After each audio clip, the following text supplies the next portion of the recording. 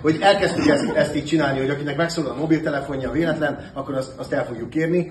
És hát az első előadáson, ahogy ez a bejátszó lement az előadás előtt, megszólalt egy mobiltelefon hátul. Én még csak így kijöttem, hogy hogy akkor mi lesz?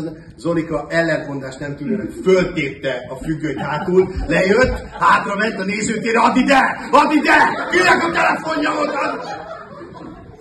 Egyen drága szívű Laci bácsi, most már tudjuk, egy tiszteletbeli nézőké avattuk. Laci bácsi remegő kezével nyúlt a telefonja után, és mondta, hogy elnézést, és nagyon halkan beszélt, és mondta, hogy nagyon sajnálom, én transzplantált vagyok, és a gyógyszeremet be kell venni. Zsolika spontán ott égett el, ahogy van.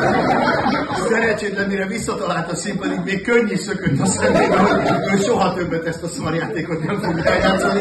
Úgyhogy most azért vettem én a bátorságot, de oké, már kulpa. Na, folytatjuk is.